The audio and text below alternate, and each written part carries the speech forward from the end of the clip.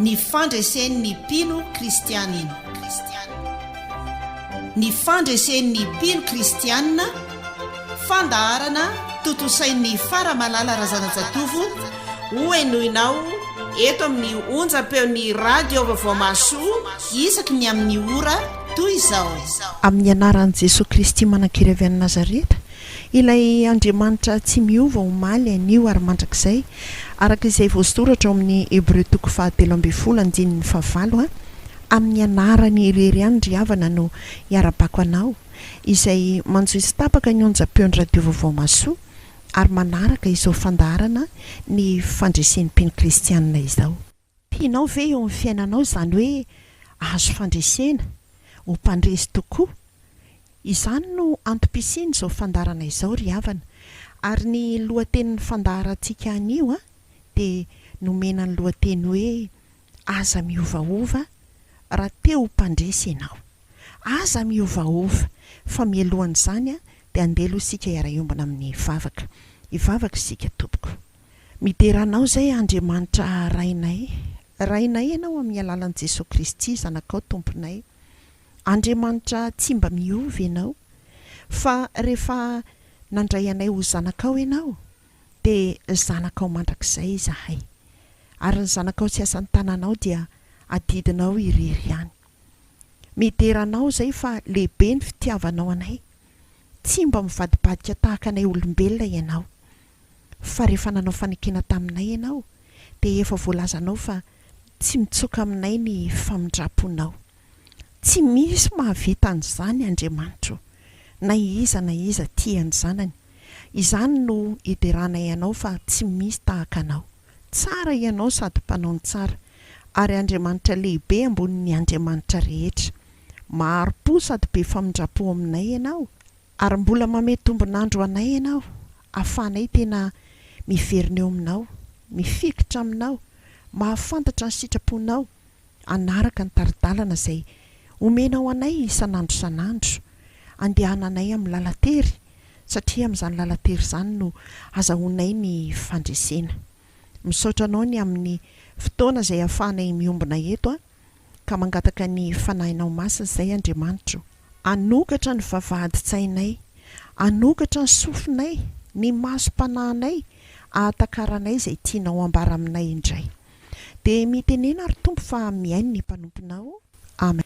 Mialohan'izay iarahantsika miombona eto dia andeha isika hanasa ny tarika fontsy. Ikalo amintsika amin'ilay irany mitondra ny lohateny hoe tsy miova Jesosy. Ndao ary.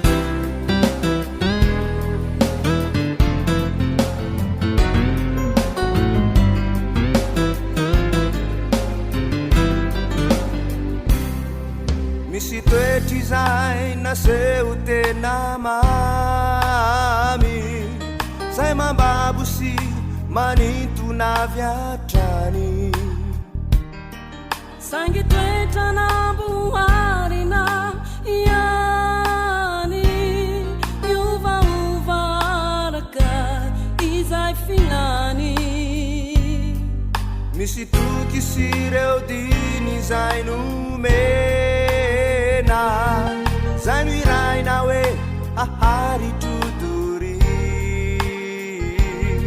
Tena nao voady tsimba no terena, sangy miova teny andalana ny fity.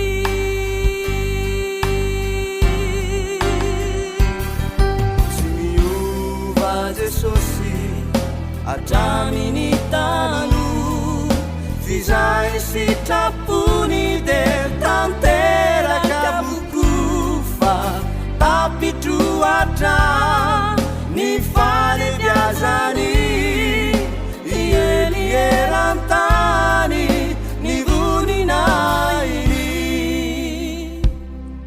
Misy kioro zay miezaka ihany, tsy miantehitra mikery tsy utola.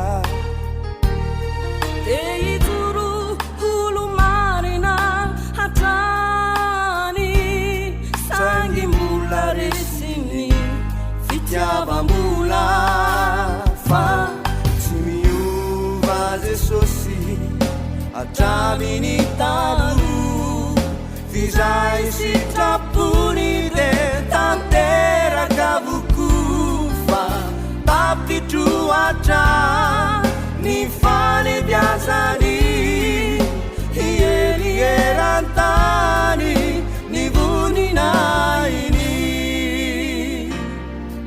fizay rehetra nandray azy nomenery ho tonga zanak'andriamanitra izy reny fa Kristy ovelonao anatiny mampianatra azy ankatony teniny hamelo azy ny fanahy masina hanova azy mba olo marina ampianatra ny olona anova fa Jesu rery any no tsy miova ampianatra ny olona anova fa tsy miova fa tsy miova tsy miova Jesosy atraminy talo fizay sitrapony de tanteraka vokofa tapitroatra ny fanebiazany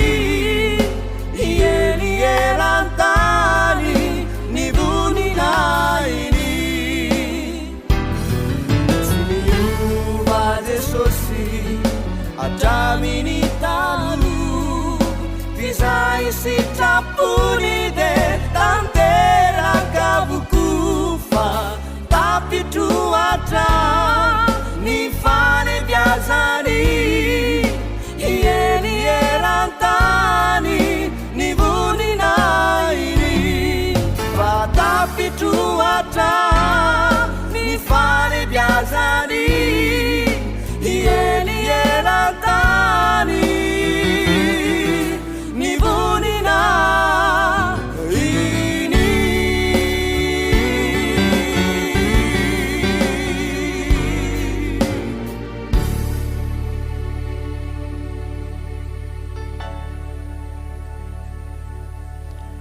dia misaotra nitarika vontsika ry havana ny kalo tamintsika n'izany hira teo izany mino aho fa efa heninao zany hira izany na dia mbola tsy hainao azy fa kosa ny fiverenany mba efa heninao ihany ary mino aho fa hainao na tsy hainao hatramin'ny farany ary dia ny hoe tsy miova Jesosy hatramin'ny taloha fizay rehetra sitrapony dia tanteraka avokoa tanterahany ny sitrapony ho an'izay rehetra nandray azy ho tombo sy ho mpamonjy ary ny sitrapony ry havana dia tsy fantatrao zany raha tsy mamaky baiboly ianao ao ny sitrapony izay no hitomako anao mandrakariva hoe mamakiry baiboly tsy vizana mihitsy amin'ny teny an'izany satria tsy mahalala ny sitrapon'Andriamanitra ianao raha vao tsy mamaky ny baiboly ary tsy maintsy diso hevitra ianao araka ny tenin'i Jesosy Kristy any amin'ny Matthieu 4:7-20 hoe mahadiso hevitra anareo tsy fahafantaranareo ny soratra masina na ny herin'Andriamanitra satria ao anatin'ny soratra masina ao anaty baiboly ao no hamantarantsika ny sitrapony mety hiteny angamba ianao hoe angamba dia tsy mba sitrapon'Andriamanitra mihitsy zany haino azy zany fa mba mangataka vavaka ihany fa tsy hita ihany izay eo fa izao ny voalaza nge any amin'ny Jaonina voalohany 5:17 tapany farany hoe raha mangataka zavatra araka ny sitrapony isika dia mihaino antsika izy izany hoe mila fantarinao ny sitrapon'Andriamanitra ary tsy misy olona afaka anontanianao hoe inona ny sitrapon'Andriamanitra fa vakeo ny baiboly dia ataovy azo antoka tsara mihitsy hoe ao aminao ve aloha Andriamanitra fa raha ohatra hoe andeha hamaky baiboly fotsiny ianao nefa ianao mbola tsy nandray an'i Jesosy Kristy tsisy fanahy masina ny hanazava ny teny izay vakianao fa rehefa nandray an'i Jesosy Kristy ho tomponao sy ho mpamonjinao ianao dia izao ny voalaza ny Filipianina 2:17 hoe fa Andriamanitra ny miasa ao anatinareo na ny fikasana na ny fanaovana ahatanteraka ny sitrapony izany hoe tsy ho haintsika mihitsy ny angataka zavatra avy amin'Andriamanitra raha tsy araka ny sitrapony rehefa nandray an'i Jesosy Kristy ho tompo sy ho mpamonjy ny fiainantsika isika ary rehefa mahalala ny sitrapony isika dia ilay fanahy masina efa ao anatintsika no mitahiry ny tenin'Andriamanitra, ahafahantsika mandeha araka ny tenin'Andriamanitra, fa io anie ny sitrapony ka mahatonga antsika tsy hiovaova amin'Andriamanitra. Mandrakariva nefa ry havana dia efa mba maro ihany izay hoe olona efa nandray an' Jesosy Kristy ho tompo sy mpamonjy ny fiainana izay fa miovaova, ary izany aniny mahatonga ny fahareseny. Fa rehefa taitaitra eo dia mamaky baiboly, dia rehefa arak'izay tiany dia tsy mamaky indray. Rehefa mafimafy ny ady dia lasa mivavaka, ary tena mitokam-bavaka mihitsy. Fa rehefa metimety ny fiainana dia tsy dia maninona na ohatra raha tsy mivavaka, mifody miarina dia manao izay tokony atao. Aoka ry havana ho fantatsika fa ny sitrapon'Andriamanitra arak'izay voalaza ny Kolosiana 2:7 dia Jesosy Kristy no lohany amin'ny zavatra rehetra. Izany hoe omena toerana izy vao mihiratra ny masontsika, mivavaka aloha, miresaka amin'Andriamanitra. Fa rehefa tsy hiresaka amin'Andriamanitra nge ianao ka ny devoly no hiresaka aminao ary rehefa tsy hitady ny tavan'Andriamanitra ny ianao dia ny devoly no ampiseho ny tavany aminao ary rehefa tsy mangataka amin'Andriamanitra ny alohavany lalana amin'izay rehetra ataonao ange ianao ka ny devoly no mialoha lalana anao ary ny devoly ry havana tsy tsara fa ratsy, ka dia ho zavatra-dratsy mandrakariva no hifanena aminao, no hitanao, no tonga mialohan'ny ampiasana anao, no amandrika ny lalanao amin'ny lalana rehetra izay alehanao. Satria io devoly io dia mamelatra velam-pandrika mandrakariva amin'izay tokony hahalavo antsika.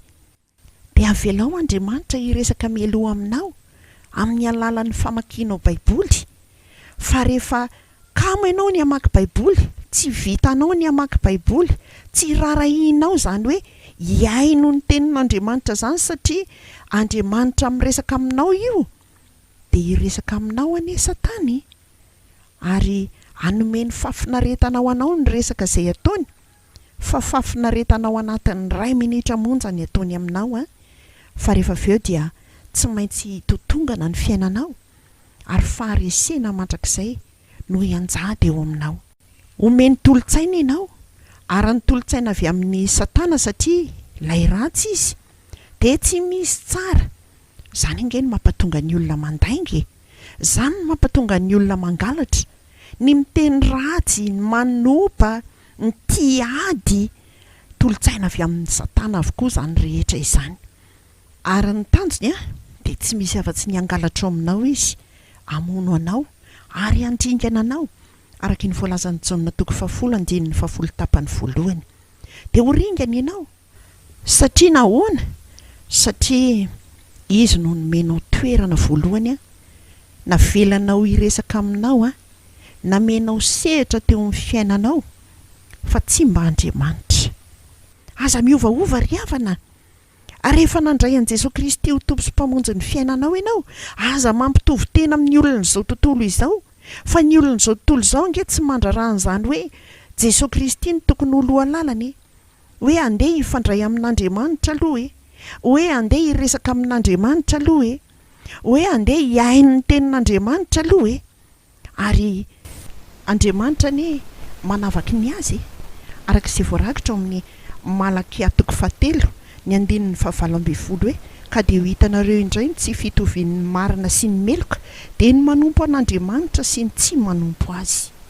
Fa dia tsy ho tonga eo aminao nge izany hoe fahasoavan'Andriamanitra, ny fitahiny, ny fampandresen'ny fiainanao, satria niova taminy ianao, nivadika taminy ianao, tsy nanao loha laharana an'Andriamanitra ianao. Na dia fantatrao izao ara fa raha vao tsy miray amin'Andriamanitra dia tsy maefa na inona na inona araka ny Jaona 10:5 fa tsy rarahinao tsotra izao fotsiny. Dia izany inge no ilazan'ny mpino kristianina sasany hoe fa maninona izay tsy mba mahazo valim-bavaka izany mihitsy. Izao nge ny voalazan'i Jakoba 1:, vakiko aminao izany ry havana manomboka amin'ny andinin'ny fafito sy fahavalo hoe oka tsy anapozy andray zavatra amin'ny tompo zany olona zany, olona mirosaina izy miovaova amin'ny alehany. Isika ry havana raha vao tsy mitoetra tsara ao amin'i Jesosy Kristy dia tsy maintsy miovaova. Inona moa no mahatonga ny tokantrano maro mikorotana? Ka satria manao toeram-pandaingana ny alitara masina ko aiza ve dia eo amin'ny alitara ianao dia vitanao ny manao fanekena eo anatrehan'Andriamanitra ny hoe tsy miala aminao na orsika na manana na miha malahelo dia aminao mandrakariva, kanefany tsy mihazona n'ilay fanekena izay efa natao teo anatrehan'Andriamanitra. Tsy matahotra an'Andriamanitra. Antia maro angeny mitsangajanga amin'izao fotoana izao maro angeny miovaova fitiavana amin'io vadiny io ary misy ara ny samy teny mihitsy ny hoe aiza koa fitiavana tamin'ny voalohany ve dia hitovy amin'ny fitiavana ohatran'izao tsony. Efa 20 taona nge zay ny vadiana efa 70 taona nge, efa fiarahamonina nge ny sisy. Ny fitiavan'Andriamanitra anao ry havana tsy mba miova zany.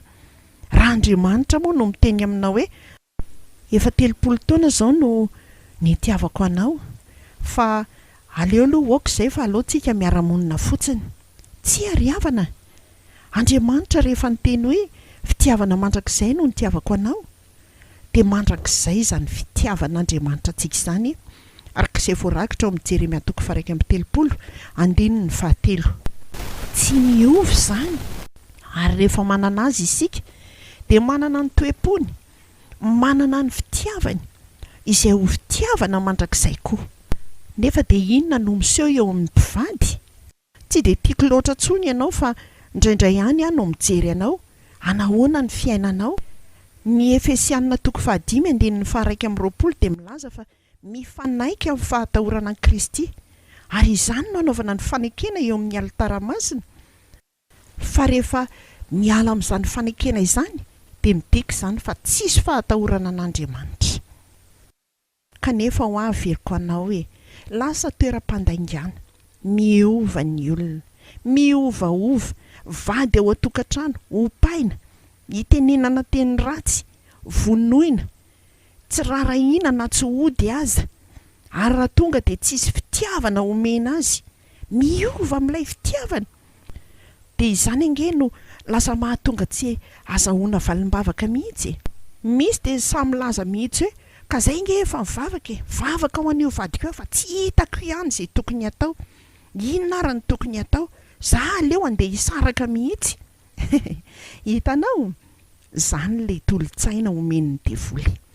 Andriamanitra ry havana dia tsy mba mpampisaraka izany fa Andriamanitra dia mpampiavana.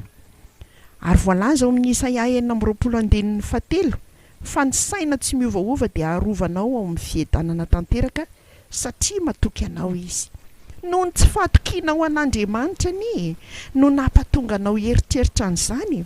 Tsy matoky an'Andriamanitra ianao hoe mitantana anao amin'ny tanakavanan'ny fahamarinana izy, ao anatin'ny tokantrano izy, sa ve dia miteniteny fotsiny manao an'iren'ilay fanapahana mofomamy hoe Jesosy Kristy no manapaka ny tokantranonay. Raha misavorivory ny tokantranonao dia tsy matoky an'Andriamanitra ianao hoe misy antony ane io efa an'Andriamanitra ny tokantranonao. Ary hoy ny voalazan'ny ohabolana 4:4 hoe ny zavatra rehetra nataon'i Jehovah dia misy antony avokoa, ka ny antony misy fanamboaranao. Sika ane ry havana olona tsy tanteraka ary dia amboarin'Andriamanitra mandrakariva, tefen'Andriamanitra mandrakariva, fa ilay fimenimenomanao io no manakana an'Andriamanitra tsy hiasa ho menimenindavy ianao ny amin'ny vadinao. Ka izao ka izao ny zavatra ataony, aiza ve dia izao zao avy? Miandry anao angina Andriamanitra. Angatsy tsaroanao ilay voalazany amin'ny Exodus 7:12 hoe ianareo angina fa izany ho hiady anareo.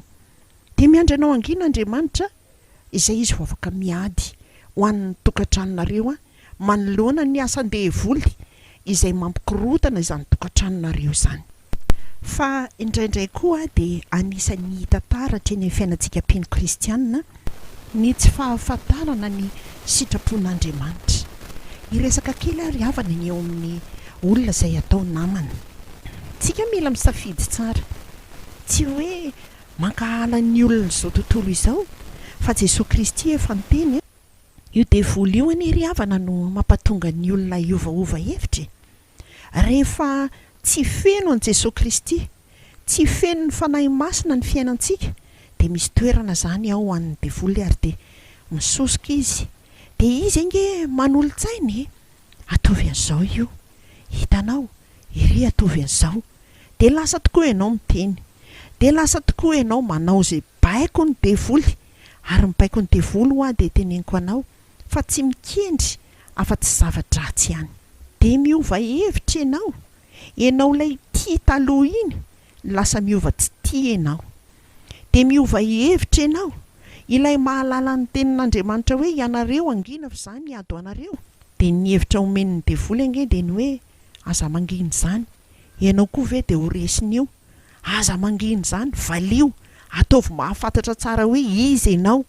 Hanika gaga ny manodidina hoe izy iny ohatra tsy mba ohatra izany mihitsy ny taloha, fa naninona ny niova be tampoka teo.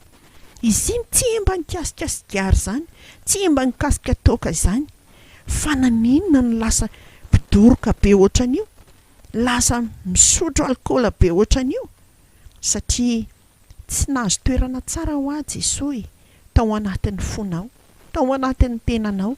Dia niova ilay fanekena natao teo anatren'Andriamanitra, niova ilay fandraisana an Jesosy, niova ny hevitra rehetra noho ny tsy fampanjakana an Jesosy Kristy izay efa niraisinao. Fa eo amin'ny namana ihany koa dia tiako mba hiresahana kely ihany ry havana, satria lasa mampiova io namana io rehefa tsy ao amin'ny Jesosy Kristy. Gaga mihitsy ny tanora izay hitenenako ny hoe misy raha amin'io olona miaraka aminao io ianao, mbola tsy vita ininona, eto ambavaka fa mafy ny anaovan'ny olo tiako rehefa antaniana hoe efa mivady ve nareo? Tsy mbola mivady fa efa mifampiditra trano fotsiny, efa fantatry dadanay sy neninay izy, ny fianakaviako rehetra efa fantany daholo. Nga moa izany midika ininona e? Ny olona izao tontolo izao indray ve no andeha hiaretanao fahoriana? Misy raha ianao, satria mbola tsy mivady akory ary nareo, efa izao no ataony ianao. Misy anie dia sahisahy mamono dia lasa mandeha misotro toaka, miloka. Inona ny arahana ny olona tahaka izany? Hanova ny fifandraisanao amin'Andriamanitra io.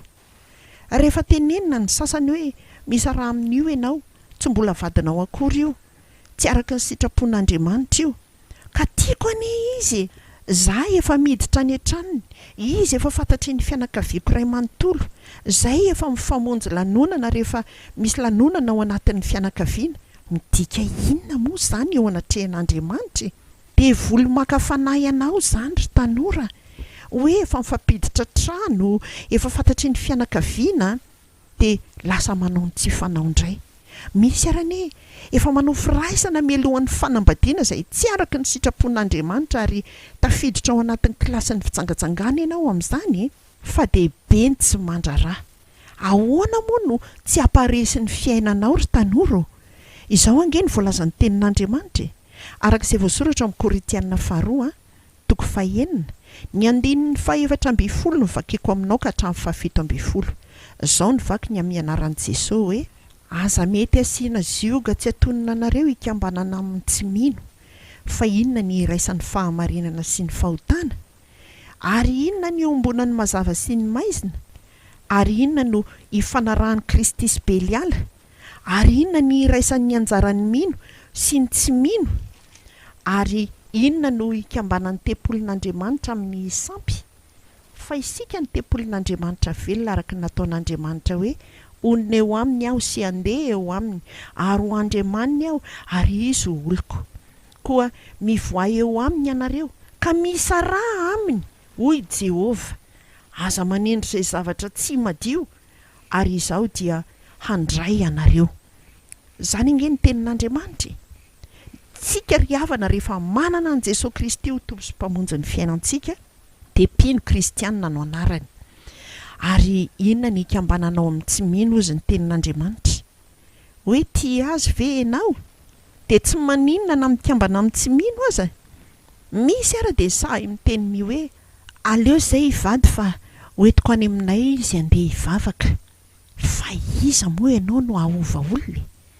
Tsisy mahova olona izany ry havana raha mbola olombelona. Ary efa fantatrao izao fa tsy ao anatin'ilay kilasy ny mpino kristianina akory dia amin'ny antson'ny tanora hoe mbola iriska ihany ve hiditra ao anatin'izany? Eo imasonao izy dia ohatran'ireny hoe olona tena kristianina izany, kanefa ny sitrapony ihany no ataony. Mety ho hitanao hoe mivavaka isaky ny lahady tokoa izy, fa ny fiainany iray manontolo tsy manana an' Jesosy. Tsisy fahamasinana Jesosy Kristy, tsy mandeha amin'izay fahamarinana. Dia inona ny fikiranao aminy? Hanovanao ani izany? Sitraponao indray angeny lasa andeha hiovaova amin'Andriamanitra. Lazaiko aminao ry havana fa tsy Andriamanitra no nanome an'io olona io hiaraka aminao. Andriamanitra mihitsy no efa niteny ho an'izay manana fiainana tahaka izany hoe mivoay eo aminy ianareo ka misara aminy hoy Jehovah. Eo amin'ny 7:20 tamin'ilay teny izay nivakintsika izany. Fa Andriamanitra dia manome antsika malalaka ny zavatra rehetra mba hifaliantsika araka ny Timoty 1:9 tapany farany. Tsy ahitanao fifaliana akory, tsy ahitanao ny sitrapon'Andriamanitra akory ao anatin'izay fiarahanareo. Niova tamin'Andriamanitra ianao. Tsy misy fiadanana ny fiainanao satria ny saina tsy miovaova no arovan'Andriamanitra ao amin'ny fiadanana tanteraka. Ny kajinao no nampiasainao hoe izao sy izao avy ny ndeha ataoko. Sasany ara dia mila ilela-paladia mihitsy ilay olona miaraka aminy mba hitiavana azy. Ry havako, ry tanora zanaka zandry malalo, tsy izany ny fitiavana ao amin'Andriamanitra. Aoka halala tsara ny sitrapon'Andriamanitra amin'izany atao hoe fitiavana ianao. Ka ny taridalana izay tiana ampitaina amin'ity andro anio ety dia izao hoe fantaro ny sitrapon'Andriamanitra amin'ny alalan'ny famakianao ny Baiboly izay misy ny sitrapon'Andriamanitra. Ka na ho mafy na ho mora, aza mivadika amin'ny sitrapon'Andriamanitra, aza miova amin'ny sitrapon'Andriamanitra, miorena tsara, aza miova. Hoy ny Korintianina 1:5-7 tapany 1 ry havana. Aza miova izany fa ny fierovan'Andriamanitra dia eo amin'ny olona izay tsy mba miovaova hevitra araka ny sitrapon'Andriamanitra. Raha milaza ny tenin'Andriamanitra hoe tiava ny fahavalonareo ary mivavahany izay manenjika anareo araka ny toroteny nataon'i Jesosy Kristy ao amin'ny Mateo 5:4-7 dia aza miova amin'izany ianao. Ka hitenin'ny olona izay mankahala anao na izay fantatrao fa fahavalonao hoe za tsy mahavavaka ao an'iny izany, za tsy te an'iny tsony mihitsy.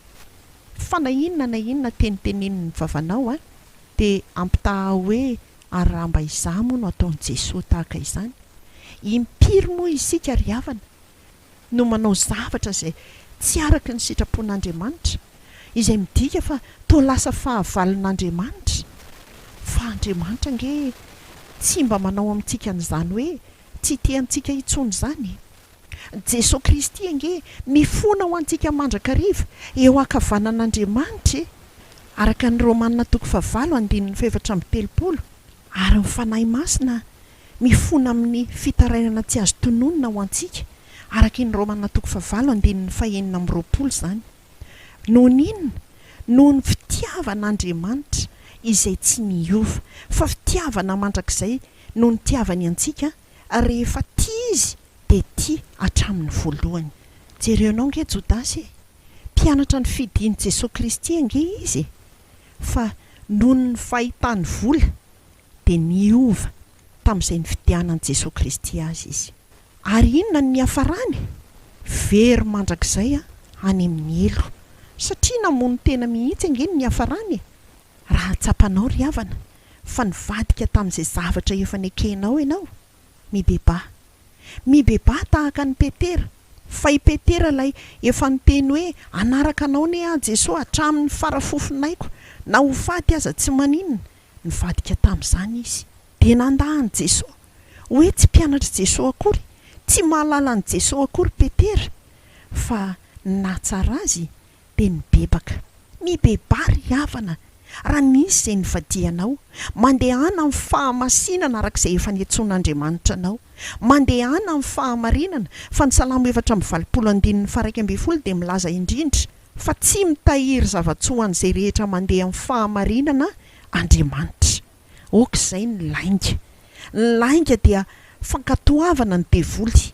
Ianao ilay efa nandray an Jesosy Kristy ho tompo sy ho mpamonjy ny fiainanao, ankatoavy Andriamanitra. Ny fankatoavanao ny asan-devoly amin'ny fitaka, teny ratsy, ny lainga, izay asan-devoly avokoa izany rehetra izany, dia fiovahanao tanteraka amin'Andriamanitra. Ananias sy Safira nge olona manana ny fanahy masin'Andriamanitra, fa tsy nampaninina azy akory ny nandainga tamin'ny fanahy masin'Andriamanitra. Hanika fahafatesana ny niatra taminy. Ary ny Romanina 9:7 dia manambara indrindra sy manamafy fa fahafatesana ny tambin'ny ota. Ny otany dia fankatoavana ny devoly, tsy avy amin'Andriamanitra izany. Aza manaiky ny tolotsain'ny devoly hoe olombelona ianao ka tsy maintsy manota, mbola olombelona ihany, tsy ariavako. Rehefa ao amin'i Jesosy Kristy ianao, mankahala ota ianao. Fa ny ota tsinahy, ny ota saisay, ny ota malaky mahazo, dia anamarina n'Andriamanitra antsika mandrakariva araky ny Romanina 9:1 hoe tsy misy fanameloana ho an'izay ao amin'i Jesosy Kristy tompo. Koa ianareo izay efa mijoro tsara, mitandrema fandrao lavo, hoy ny Korintianina 2:20, ndeha hitandrina, andeha hiambina amin'ny alalan'ny vavaka, amin'ny alalan'ny famenoana ny tenin'Andriamanitra eo amin'ny fiainantsika. Fa tsy misy afa-tsy izay ihany, ny fefy ahafahantsika tsy mihoatra ny sitrapon'Andriamanitra. Izay ihany ny fefy ahafahantsika tsy mivadika amin'Andriamanitra, tsy miovaova amin'Andriamanitra, fa matoky tanteraka an'Andriamanitra. Tsy misy fambomban'Andriamanitra ho an'ny olona izay miovaova. Ka na inona teny fikasan'Andriamanitra fantatrao, dia tsy ho tanteraka aminao zany raha toa mbola ao anatinao ny toe-tsaina miovaova. Ohatra, ny Matteo 20:20 tapany farany dia milaza hoe indro izao momba anareo mandrakariva ambara-pahatonga amin'ny fahataperan'izao tontolo izao. Fa tsy momba anao izany Andriamanitra raha mbola ny sitraponao ny tianao atao, fa ny anton'izay nitenenan'Andriamanitra an'io dia ho an'izay rehetra manao ny sitrapony ary mitoetra tsara ao amin'Andriamanitra. Koa dia miorena tsara ry havana, aza miova ary mahay efa be mandrakariva amin'ny asan'ny tompo, satria fantatrareo fa tsy ho foana tsy akory fikelezana aina ao amin'ny tompo. Ho an'Andriamanitra irery ny voninahitra, ndesika hiara-iombana amin'ny vavaka. Misaotra anao izay Andriamanitra, mampahatsiahy anay mandrakariva fa ny saina tsy miovaova dia arovanao ao amin'ny fiadanana, ary mampatonga saina ny mpino kristianina rehetra izany, na mba manam-piadanana na tsy, fa ndrao dia ny fisainana miovaova no anton'izany. Entina eto anatrehanao Tompo ny fifonana ho an'izay rehetra mandeha amin'ny herin'ny tenany, misaina amin'ny fomba fisainany ary manao kajy amin'izay farafahaizany, nefa tsy nahita fandresena tao anatin'izany. Ifonana aminao satria tsy manao anao lohany amin'ny zavatra rehetra. Indraindray angery Tompo nahiditra birao aza dia ny fahafantarana olona ny zava-dehibe. Tsy mampandroso anao eo alohanay akory izahay, fa dia mitady izay vahaolana hitan'ny masonay. Tsy araka ny sitraponao izany Andriamanitra, ifonana aminao avokoa izany rehetra izany koa. Ny fanahinao masina ny ahaizanay mandiny tena manoloana ny fiovaovanay amin'ny teninao, amin'ny sitraponao, amin'izay tianao hitondrana anay. Amin'ny anaranao Jesosy nanaovana izany vavaka izany. Amen. Indro ry havana, omeko anao ny larana finday ahafahantsika mifandray dia ny 034 11 293 24 mahereza tsara dia miorena aza miova ao amin'i Jesosy Kristy tompo. Velome. noenoinao teo ny fandaharana ny fandraisen'ny mpino kristianina. Ny fandraisen'ny mpino kristianina natolotry faramalala razanajatovo teto amin'ny onjam-peon'ny radio vaovao maso.